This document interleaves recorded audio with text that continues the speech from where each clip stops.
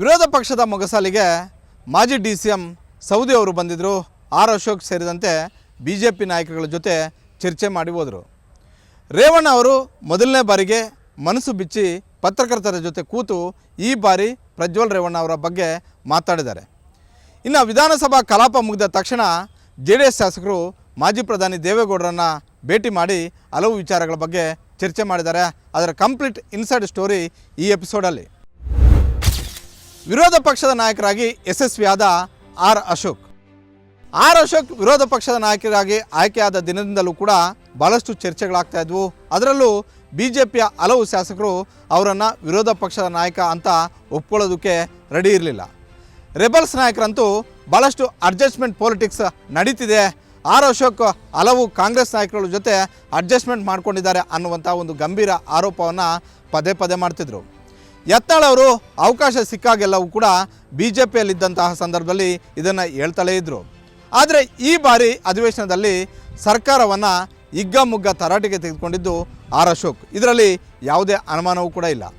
ಅದು ಧರ್ಮಸ್ಥಳದ ಪ್ರಕರಣ ಆಗಿರ್ಬೋದು, ಅದೇ ರೀತಿ ಚಿನ್ನಸ್ವಾಮಿ ಕ್ರೀಡಾಂಗಣ ಪ್ರಕರಣ ಆಗಿರ್ಬೋದು, ಅದೇ ರೀತಿ BJP JDS ಶಾಸಕರಿಗೆ ಅನುದಾನ ವಿಚಾರದಲ್ಲಿ ಮಾಡ್ತಾ ಇರುವಂತಹ ತಾರತಮ್ಯದ ನೀತಿ ಆಗಿರ್ಬೋದು.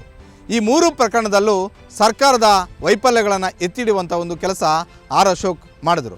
ಹಾಗಂದ ಮಾತ್ರಕ್ಕೆ BJPಯ ಬೇರೆ ಯಾವ ಶಾಸಕರು ಮಾತಾಡಲಿಲ್ವಾ ಅಂತ ಹೇಳಿದ್ರೆ ಖಂಡಿತ ಮಾತನಾಡಿದರು. ಆದರೆ ಆರ್ ಅಶೋಕ್ ಅವರ ರೀತಿ ಅಂಕಿಅಂಶಗಳ ಸಮೇತ ಇಡೀ ಸದನ ಒಪ್ಪುವಂಥ ರೀತಿಯಲ್ಲಿ ಬೇರೆ ಯಾರೂ ಮಾತಾಡಲಿಲ್ಲ. ಅಲ್ಪ ಸ್ವಲ್ಪ ಸುನೀಲ್ ಕುಮಾರ್ ಧರ್ಮಸ್ಥಳ ವಿಚಾರದಲ್ಲಿ ಮಾತಾಡಿದ್ರು ಕೂಡ ಸುನೀಲ್ ಕುಮಾರ್ ಪ್ರತಿ ಬಾರಿಯಂತೆ ಈ ಬಾರಿಯೂ ಕೇವಲ ಒಂದು ಕ್ಷೇತ್ರ, ಒಂದು ವಿಚಾರಕ್ಕಷ್ಟೇ ಸೀಮಿತರಾದರು. 224 ಕ್ಷೇತ್ರಗಳ ಸಮಸ್ಯೆಗಳಿಟ್ಕೊಂಡು ಯಾವತ್ತೂ ಸುನೀಲ್ ಕುಮಾರ್ ಮಾತನಾಡೋದಿಲ್ಲ.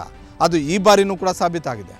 ಆದರೆ ಸುನೀಲ್ ಕುಮಾರ್ ಬಗ್ಗೆ ಒಂದು ಆಕ್ಷೇಪ ಇದೆ, ಅದನ್ನು ಮತ್ತೆ ಹೇಳ್ತೀನಿ. ಈಗ ಆರ್ ಅಶೋಕ್ ಅವರ ಬಗ್ಗೆ ಹೇಳ್ತಾ ಇದ್ದೀನಿ.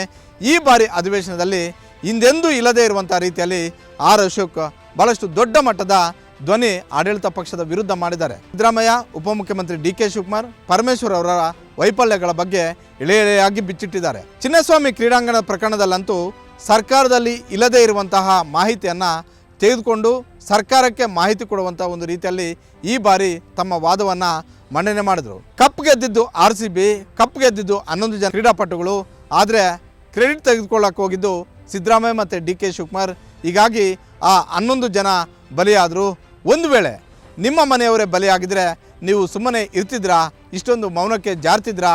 ಇದೇನಾ ನಿಮ್ಮ ಪೌರುಷ ಅನ್ನುವಂಥ ಒಂದು ಪ್ರಶ್ನೆಯನ್ನು ನೇರವಾಗಿಟ್ಟರು. ಆದರೆ ಈ ಬಾರಿನೂ ಕೂಡ ವಿರೋಧ ಪಕ್ಷದ ನಾಯಕ ಆರ್ ಅಶೋಕ್ ಅವರನ್ನು ಆಡಳಿತ ಪಕ್ಷದ ಶಾಸಕರು ಒಪ್ಕೊಂಡ್ರು ಕೂಡ BJP ಶಾಸಕರು ಒಪ್ಕೊಳ್ಳೋದಕ್ಕೆ ರೆಡಿ ಇರಲಿಲ್ಲ. JDS ಶಾಸಕರು ಆರ್ ಅಶೋಕ್ ಅವರನ್ನು ಒಪ್ಕೊಂಡಿದ್ದಾರೆ, ಇದರಲ್ಲಿ ಯಾವುದೇ ಅನುಮಾನವೂ ಕೂಡ ಇಲ್ಲ. ಆದರೆ BJPಯಲ್ಲಿರುವಂತಹ ಹಲವು ಶಾಸಕರು ಆ ನಾಯಕನನ್ನು ಒಪ್ಕೊಳ್ಳೋದಕ್ಕೆ ರೆಡಿ ಇಲ್ಲ. ಅದರಲ್ಲಿ ಸುನೀಲ್ ಕುಮಾರ್ ಆಗಿರ್ಬೋದು, ಸುರೇಶ್ ಕುಮಾರ್ ಆಗಿರ್ಬೋದು, ಹಲವು ನಾಯಕರುಗಳು ಪದೇ ಪದೇ ಅಶೋಕ್ ಮಾತಾಡ್ತಿದ್ರು ಕೂಡ ಅವ್ರಿಗೆ ಕಿರಿಕಿರಿ ಮಾಡುವಂತಹ, ಅಶೋಕ್ ಅಂತ ಕೂಗುವಂತಹ ಕೆಲಸವನ್ನು ಮಾಡ್ತಿದ್ರು. ಆಡಳಿತ ಪಕ್ಷದಲ್ಲಿ ಚರ್ಚೆ ಆಗಿದ್ದು ಕೂಡ ಇದೆ. ಆರ್ ಅಶೋಕ್ ವಿರೋಧ ಪಕ್ಷದ ನಾಯಕರು. ಅಂದರೆ ವಿರೋಧ ಪಕ್ಷದ ನಾಯಕ ಅಂದರೆ ಶಾಡೋ CM ಬಳಿಕ ಹೆಚ್ಚು ಅಧಿಕಾರ ಇರುವಂಥದ್ದು, ಯಾವುದೇ ಅಧಿಕಾರಿಯನ್ನು ಕರೆದು ಮಾತಾಡುವಂತಹ ಅಧಿಕಾರ ಇರುವಂಥದ್ದು ವಿರೋಧ ಪಕ್ಷದ ನಾಯಕರಿಗೆ ಮಾತ್ರ. ಹೀಗಾಗಿ ವಿರೋಧ ಪಕ್ಷದ ಸ್ಥಾನಕ್ಕೆ ಅಷ್ಟು ಮಹತ್ವ ಇರುತ್ತೆ, ಅಷ್ಟು ಜವಾಬ್ದಾರಿ ಇರುತ್ತೆ, ಅಷ್ಟು ಅಧಿಕಾರ ಇರುತ್ತೆ.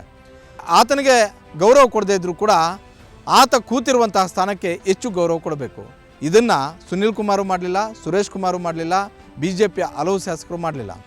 ಆಡಳಿತ ಪಕ್ಷದಲ್ಲೂ ಕೂಡ ಆಡಳಿತ ಪಕ್ಷದ ಶಾಸಕರೇ ಮಾತಾಡ್ತಿದ್ರು. ಅದೇ ರೀತಿ ವಿರೋಧ ಪಕ್ಷದ ಕೆಲ ಶಾಸಕರು ಈ ಬಗ್ಗೆ ಆಕ್ಷೇಪ, ಅಸಮಾಧಾನವನ್ನು ವ್ಯಕ್ತಪಡಿಸ್ತಾ ಇದ್ರು. ವಿರೋಧ ಪಕ್ಷದ ಮೊಗಸಾಲೆಗೆ ಬಂದ ಲಕ್ಷ್ಮಣ್ ಸವದಿ, ಆರ್ ಅಶೋಕ್ ಸೇರಿದಂತೆ ಹಲವು ನಾಯಕರ ಜೊತೆ ಮಾತುಕತೆ. ಮಾಜಿ DCM ಲಕ್ಷ್ಮಣ್ ಸವದಿ ಈ ಬಾರಿ ಆಡಳಿತ ಪಕ್ಷದ ಮೊಗಸಾಲೆ ಬಿಟ್ಟು ವಿರೋಧ ಪಕ್ಷದ ಮೊಗಸಾಲೆಗೆ ಬಂದಿದ್ದು ಹಲವು ಚರ್ಚೆಗೆ ಕಾರಣವಾಯಿತು. ಜೊತೆಗೆ ಅಲ್ಲಿದ್ದಂತಹ ಪತ್ರಕರ್ತರು ಕೂಡ ಇದು ಸೆಪ್ಟೆಂಬರ್ ಕ್ರಾಂತಿಯ ಅನ್ನುವಂಥ ಒಂದು ಪ್ರಶ್ನೆಯನ್ನು ಕೇಳೋದಕ್ಕೂ ಕೂಡ ಕಾರಣವಾಯಿತು. ಕೇಳಿ ಲಕ್ಷ್ಮಣ್ ಸವದಿ ಜನತಾ ಪರಿವಾರ ಬಿಟ್ಟ ಬಳಿಕ, ಯಡಿಯೂರಪ್ಪ ಅವರ ಸಹವಾಸ ಮಾಡಿ BJPಗೆ ಹೋದ ಬಳಿಕ ಹಲವು ವರ್ಷಗಳ ಕಾಲ, 1 ದಶಕಕ್ಕೂ ಹೆಚ್ಚು ಕಾಲ BJPಯಲ್ಲೇ ಇದ್ದರು. BJPಯಲ್ಲಿ ಪದೇ ಪದೇ ಮಂತ್ರಿ ಆದರು, ಉಪಮುಖ್ಯಮಂತ್ರಿ ಸ್ಥಾನವನ್ನು ಕೂಡ ಪಡ್ಕೊಂಡ್ರು. ಆದರೆ 2023ರಲ್ಲಿ ಟಿಕೆಟ್ ಸಿಗೋದಿಲ್ಲ ಅಂತ ಕನ್ಫರ್ಮ್ ಆದ ತಕ್ಷಣವೇ BJPಯನ್ನು ತೊರೆದು ಕಾಂಗ್ರೆಸ್ಗೆ ಬಂದು ಕಾಂಗ್ರೆಸ್ಸಿಂದ ಶಾಸಕರಾಗಿ ಆಯ್ಕೆಯಾಗಿ ಬಂದರು. ಆರ್ ಅಶೋಕ್ ಹಾಗೂ ಲಕ್ಷ್ಮಣ್ ಸವದಿ ಬಹಳಷ್ಟು ವರ್ಷಗಳಿಂದ ರಾಜಕೀಯ ಸ್ನೇಹಿತರು, ಇದರಲ್ಲಿ ಯಾವುದೇ ಡೌಟು ಕೂಡ ಇಲ್ಲ. ಹಲವು ವಿಚಾರಗಳು ಅವರು ಮಾತಾಡಿದ್ದು ಕೂಡ ಇದೆ. ಈ ಬಾರಿನೂ ಕೂಡ ಆರ್ ಅಶೋಕ್ ನಿನಗೆ ಅಲ್ಲಿ ಸರಿಯಾದಂಥ ಒಂದು ಸ್ಥಾನಮಾನಗಳು ಸಿಗ್ತಿಲ್ಲ ಅನ್ನುವಂಥದ್ದನ್ನು ಮನವರಿಕೆ ಮಾಡುವಂತಹ ಒಂದು ಕೆಲಸವನ್ನು ಮಾಡಿದ್ದಾರೆ. ಆದರೆ ಸದ್ಯಕ್ಕೆ ಯಾವುದೇ ನಿರ್ಧಾರವನ್ನು ತೆಗೆದುಕೊಳ್ಳುವಂತಹ ಪರಿಸ್ಥಿತಿಯಲ್ಲಿ ಲಕ್ಷ್ಮಣ್ ಸವದಿ ಅವರು ಇಲ್ಲ. ನಾನೀಗ ಕಾಂಗ್ರೆಸ್ಸಲ್ಲಿದ್ದೀನಿ, ಕಾಂಗ್ರೆಸ್ಸಲ್ಲಿ ಇರ್ತೀನಿ ಅನ್ನುವಂಥದ್ದನ್ನು ಏನು ಸ್ನೇಹಪೂರ್ವಕ ಕೂಟ ಇತ್ತು, ಆ ಕೂಟದಲ್ಲಿ ಎದ್ದು ಬಂದಿದ್ದಾರೆ. ಆದರೆ ಅಧಿಕಾರದಲ್ಲಿ, ರಾಜಕೀಯದಲ್ಲಿ ಯಾರೂ ಶತ್ರುಗಳಲ್ಲ, ಯಾರೂ ಮಿತ್ರರಲ್ಲ. ಯಾವಾಗ ಹೇಗೆ ಬೇಕಿದ್ದರೂ ಕೂಡ ಆಗ್ಬೋದು. CP ಯೋಗೀಶ್ವರ್ 3-4 ಪಕ್ಷಗಳನ್ನು ಬದಲಾವಣೆ ಮಾಡಿದ್ದನ್ನು ನಾವು ನೋಡಿದ್ದೀವಿ. BJPಯಲ್ಲಿದ್ದರು, ಸಮಾಜವಾದಿಗೆ ಹೋದರು, ಕಾಂಗ್ರೆಸ್ಗೆ ಬಂದರು. ಮೊದಲು ಕಾಂಗ್ರೆಸ್ಸಲ್ಲಿದ್ದಂಥವರು ಮತ್ತು JDSಯಿಂದಲೂ ಕೂಡ ಟಿಕೆಟ್ ಬಯಸಿದ್ದಂಥವರು. ಹೀಗಾಗಿ ರಾಜಕಾರಣದಲ್ಲಿ ಇವರು ಇಲ್ಲೇ ಇರ್ತಾರೆ ಅಂತ ಹೇಳೋದಕ್ಕಾಗಿದೆ. ಲಕ್ಷ್ಮಣ್ ಸವದಿ ಅವರು ಕೂಡ ಇದಕ್ಕೆ ಹೊರತಲ್ಲ ಅಂತ ಚರ್ಚೆ ಆರಂಭ ಆಗಿದೆ.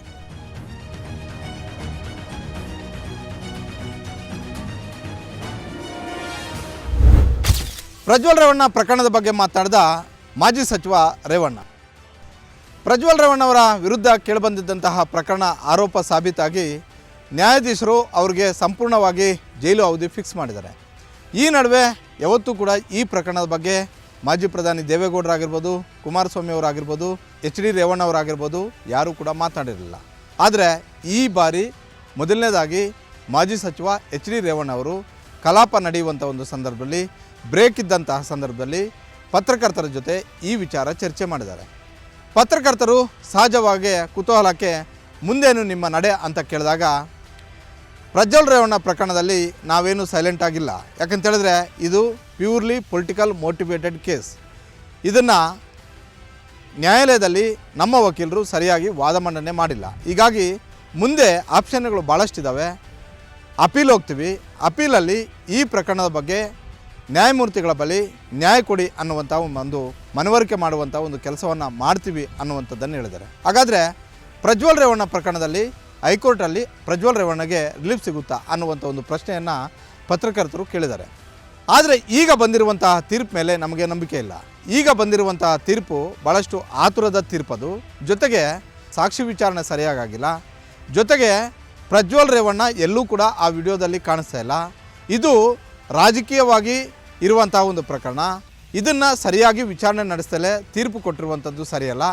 ಈ ವಿಚಾರಗಳನ್ನು ಇಟ್ಕೊಂಡು ನಾವು ಅಪೀಲು ಅರ್ಜಿಯನ್ನು ಸಲ್ಲಿಸ್ತೀವಿ. ಹೈಕೋರ್ಟಲ್ಲಿ ಇದನ್ನು ಮನವರಿಕೆ ಮಾಡಿಕೊಡುವಂಥ ಒಂದು ಕೆಲಸವನ್ನು ಮಾಡ್ತೀವಿ. ನಮಗೆ ಹೈಕೋರ್ಟ್ ಮೇಲೆ ನಂಬಿಕೆ ಇದೆ. ಹೈಕೋರ್ಟಲ್ಲಿ ನಮಗೆ ರಿಲೀಫ್ ಸಿಗುತ್ತೆ.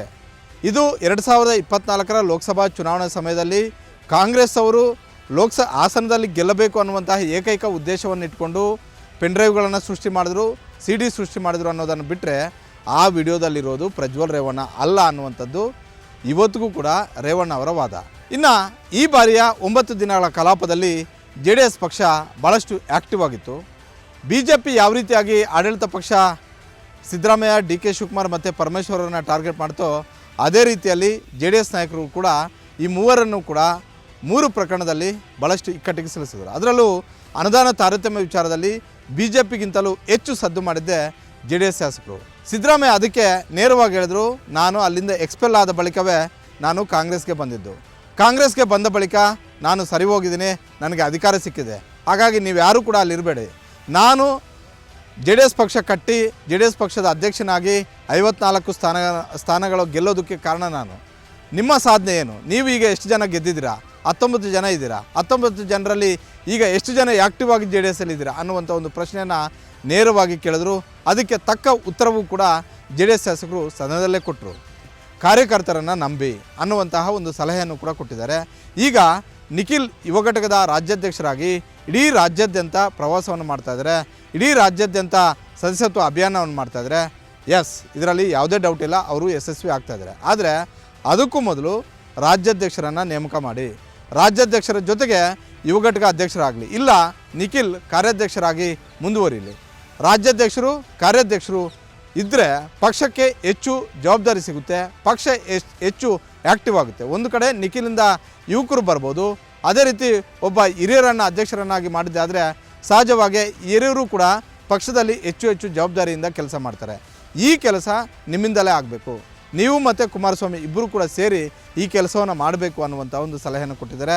ಆ ಸಲಹೆಗೆ ಒಪ್ಪಿದಂತಹ ಮಾಜಿ ಪ್ರಧಾನಿ ದೇವೇಗೌಡರು ರಾಜ್ಯಾದ್ಯಂತ 2-3 ಕಡೆ ಸಮಾವೇಶಗಳಾಗಬೇಕು ನಿಜ. ಅದೇ ರೀತಿ ನಿಖಿಲ್ ಕುಮಾರಸ್ವಾಮಿ ಆಗಿರ್ಬೋದು, ಬೇರೆ ಯಾರನ್ನೇ ಪಕ್ಷ ಗುರುತಿಸಿದ್ರು ಕೂಡ ರಾಜ್ಯಾಧ್ಯಕ್ಷರನ್ನಾಗಿ ಮಾಡಿದರೂ ಕೂಡ ಅದನ್ನು ನೀವೆಲ್ಲರೂ ಕೂಡ ಒಪ್ಪಲೇಬೇಕು ಅನ್ನುವಂಥ ಒಂದು ಸಂದೇಶವನ್ನು ರವಾನೆ ಮಾಡಿದರು. ಅಂದರೆ 2028ರ ವಿಧಾನಸಭಾ ಚುನಾವಣೆಗೂ ಮೊದಲೇ ಮೈತ್ರಿಯೋ ಇಲ್ಲವೋ ಸ್ವತಂತ್ರವಾಗಿ ನಾವು ಕಣಕ್ಕಿಳಿತೀವೋ, JDS ಪ್ರತ್ಯೇಕವಾಗಿ ಕಣಕ್ಕಿಳಿತು. ಇದನ್ನು ಕ್ಲಾರಿಟಿಯಾಗಿ ಹೇಳ್ಬೇಡಿ, ಕ್ಲಿಯರಾಗಿ ಹೇಳ್ಬೇಡಿ. ಯಾಕಂತ ಹೇಳಿದ್ರೆ ಕಾರ್ಯಕರ್ತರಲ್ಲಿ ಹಲವು ಗೊಂದಲಗಳಿವೆ. BJP ನಮ್ಮನ್ನು ಯಾವಾಗ ಬೇಕೋ ಆವಾಗ ಬಳಸ್ಕೊಳ್ಳುತ್ತೆ, ಯಾವಾಗ ಬೇಕೋ ಆವಾಗ ನಮ್ಮನ್ನು ದೂರ ಇಡುತ್ತೆ. ಜೈಲಲ್ಲಿರುವ ಪರಿಸ್ಥಿತಿ ಇಲ್ಲಿ ರಾಜ್ಯದಲ್ಲಿಲ್ಲ. ರಾಜ್ಯ BJPಯೇ ಬೇರೆ, ದೆಹಲಿಯಲ್ಲಿರುವಂತಹ BJPಯೇ ಬೇರೆ. ನರೇಂದ್ರ ಮೋದಿ ಮತ್ತು ಅಮಿತ್ ಶಾ ಮತ್ತು ನಡ್ಡಾ ಅವರು ಯೋಚನೆ ಮಾಡೋದೇ ಬೇರೆ, ಇಲ್ಲಿರುವಂತಹ ವಿಜೇಂದ್ರ, ಯಡಿಯೂರಪ್ಪ, ಅಶೋಕ್ ಅವರು ಯೋಚನೆ ಮಾಡೋದೇ ಬೇರೆ. ಕೆಲವು BJP ಅವ್ರಿಗೆ ನಾವು ಬೇಕಾಗಿರ್ಬೋದು, ಭಾಳಷ್ಟು BJP ಅವ್ರಿಗೆ ನಾವು ಬೇಕಾಗಿಲ್ಲ. ಹೀಗಾಗಿ ಹಲವು ಕ್ಷೇತ್ರಗಳಲ್ಲಿ ಒಂದು ವೇಳೆ ಮೈತ್ರಿ ಆಗಿದ್ದೆ ಆದರೆ ಸಮಸ್ಯೆ ಕೂಡ ಆಗುತ್ತೆ. ಅವೆಲ್ಲವನ್ನೂ ಕೂಡ ಈಗಲೇ ನಾವು ಬಗೆಹರಿಸ್ಕೊಳ್ಬೇಕು. ಒಂದು ವೇಳೆ ಮೈತ್ರಿ ಆಗೋದಾದರೆ ಮೊದಲೇ ಹೇಳಿ ಅವೆಲ್ಲವನ್ನೂ ಕೂಡ ಸರಿ ಮಾಡ್ಕೊಳ್ಳಿ, ನಾವು ಮುಂದೆ ಹೋಗಬೇಕು. ಇಲ್ಲ ಅಂತ ಹೇಳಿದ್ರೆ BJP ಮತ್ತು ಕಾಂಗ್ರೆಸ್ ಎರಡೂ ಕೂಡ ಸೇರಿಸ್ಕೊಂಡು BJP ಮತ್ತು ಕಾಂಗ್ರೆಸ್ ಎರಡೂ ಪಕ್ಷಗಳು ಸೇರಿಕೊಂಡು ನಮ್ಮನ್ನು ಪ್ರಾದೇಶಿಕ ಪಕ್ಷವನ್ನು ಇಲ್ಲದೇ ಇರುವಂತೆ ಮಾಡ್ತವೆ. ಹೀಗಾಗಿ ನಾವು ಮೊದಲನೇದಾಗಿ ಕಾರ್ಯಕರ್ತರನ್ನು ಗುರುತಿಸಬೇಕು, ಪಕ್ಷದ ಜವಾಬ್ದಾರಿಯನ್ನು ಕೊಡಬೇಕು, ಜೊತೆಗೆ ಸಮಾವೇಶಗಳಾಗಬೇಕು, ಜೊತೆಗೆ ಪರ್ಮನೆಂಟ್ ಅಧ್ಯಕ್ಷರು ಬೇಕು. ಇದನ್ನು ಆದಷ್ಟು ಬೇಗ ಮಾಡಿ ಅನ್ನುವಂಥ ಒಂದು ಸಲಹೆಯನ್ನು ಕೊಟ್ಟರಂತೆ. ಅದಕ್ಕೆ ಮಾಜಿ ಪ್ರಧಾನಿ ದೇವೇಗೌಡರು ಕೂಡ ಒಪ್ಕೊಂಡಿದ್ದಾರೆ. ಜೊತೆಗೆ ಸಮಾವೇಶ ಮಾಡೋದು ಫಿಕ್ಸ್. ನೀವು ಜವಾಬ್ದಾರಿಯನ್ನು ತೆಗೆದುಕೊಳ್ಬೇಕು, ಶಾಸಕರು ತೆಗೆದುಕೊಳ್ಬೇಕು, ಅದೇ ರೀತಿ ಸ್ವತಂತ್ರ ಅಭ್ಯರ್ಥಿಗಳು ತಗೊಳ್ಬೇಕು, ಅದೇ ರೀತಿ ಯುವಕರಿಗೂ ಸೇರಿದಂತೆ ಹಿರಿಯರನ್ನು ಗುರುತಿಸುವಂಥ ಒಂದು ಕೆಲಸವನ್ನು ಮಾಡ್ತೀವಿ. ಎಲ್ಲರೂ ಸೇರಿ 2028ಕ್ಕೆ ಇವತ್ತಿಂದಲೇ ರೆಡಿ ಆಗಬೇಕು ಅನ್ನುವಂತಹ ಒಂದು ಸೂಚನೆ ಕೊಟ್ಟಿದ್ದಾರಂತೆ. ಹೀಗಾಗಿ ಹಿಂದೆ ನಾನು ಎಪಿಸೋಡಲ್ಲಿ ಏನು ಹೇಳಿದ್ದೆ ಅದು ದೇವೇಗೌಡರ ಗಮನಕ್ಕೂ ಹೋಗಿದೆ, ಮಾಜಿ ಮುಖ್ಯಮಂತ್ರಿ ಹಾಲಿ ಕೇಂದ್ರ ಸಚಿವರಂತಹ ಕುಮಾರಸ್ವಾಮಿ ಅವ್ರ ಗಮನಕ್ಕೂ ಹೋಗಿದೆ, ಯುವ ಘಟಕದ ರಾಜ್ಯಾಧ್ಯಕ್ಷರಂತಹ ನಿಖಿಲ್ ಕುಮಾರಸ್ವಾಮಿ ಅವರ ಗಮನಕ್ಕೂ ಹೋಗಿದೆ. ಹೀಗಾಗಿಯೇ ಕಾರ್ಯಕರ್ತರನ್ನು ಗುರುತಿಸ್ತೀವಿ ಅನ್ನುವಂಥ ಒಂದು ಸಂದೇಶವನ್ನು ಕೂಡ ಹೇಳಿರುವಂಥದ್ದು.